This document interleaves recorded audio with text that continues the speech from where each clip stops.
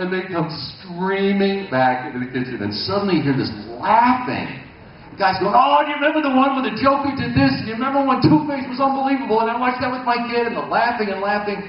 And this all's going on, and this architect who recognized me leans over and he goes, what's it feel like to be Santa Claus?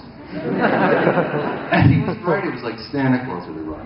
So I emailed Andrea Romano in LA when I got home the next morning. And I said, you know, what we do is not insignificant. And she loved that story. She loved that story. So that's a good story. Sure. Right there.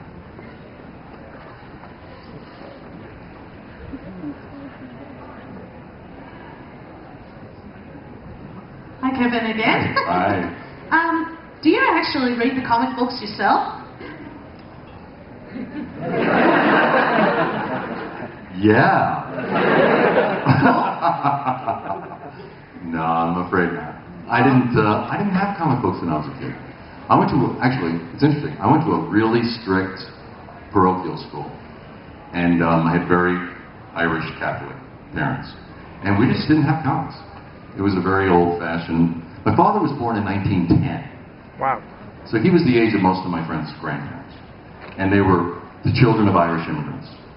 And they just didn't put up with a lot of crap. It was a very strict house. So there were no comic books. That's why I was so unfamiliar with all that stuff. Yeah.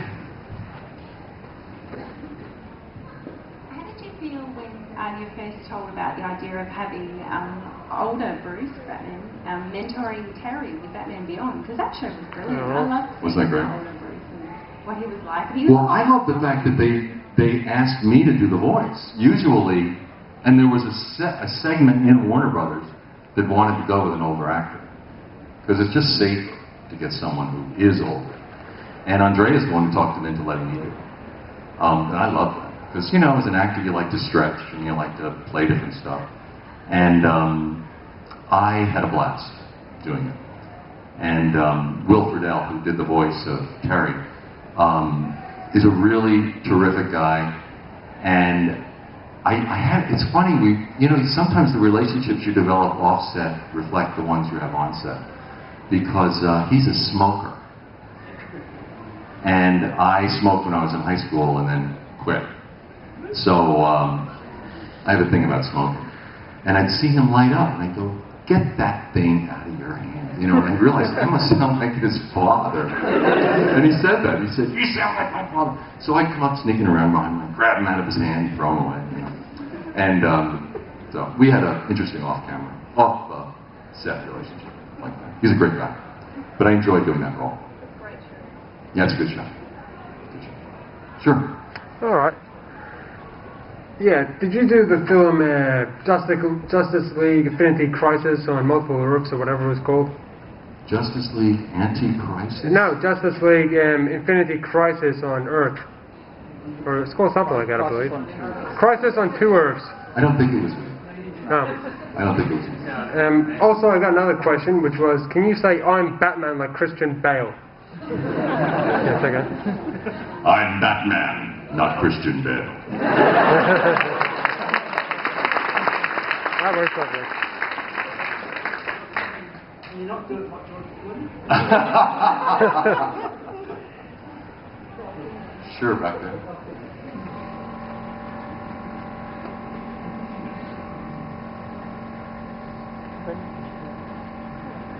Hiya. Anyway, I was wondering, were there any adventures that Batman did that you liked in particular, like any particular plot lines? Well, one of my favorite episodes was called Perchance to Dream. It's a great episode. It is when Batman is drugged. And so I had to do the voice of Bruce Wayne, Batman, and then the drugged world that Batman goes into, which is young Bruce Wayne and also older Bruce Wayne Sr., his father, because he fantasizes about being a child in a relationship with his father. So there were 5 different voices. all of which had to be distinct, yet believably related. And Andrea let me do it in real time. So I didn't do all one voice, all another voice, all another voice. I did scenes with myself, switching voices. It was so much fun to record. I had such a good time. And then when they painted it, they painted a lot of it in black and white, the dream sequences. So it's got a real film noir look about it. It's a beautiful episode. It's a real psychological drama, that episode.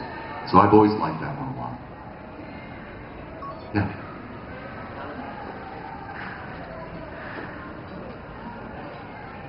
Yes, hello, Batman. Hey. What do you want? Just a question about. Did you think it would take over like 20 years of your life? Like, would you keep doing this and?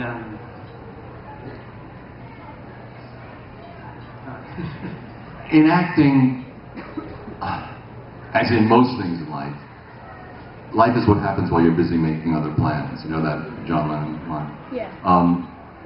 Acting is so much like that.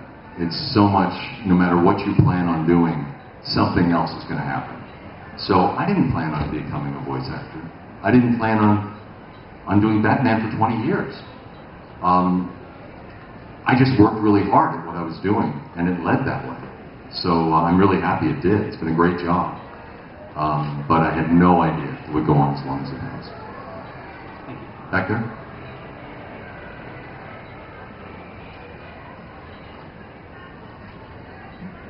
Out of all the DCAU Batmans that you've voiced, what is your favourite film? Out of all the DC... Animated universe movies. Yeah, that you've Justice voiced, League. Oh. what's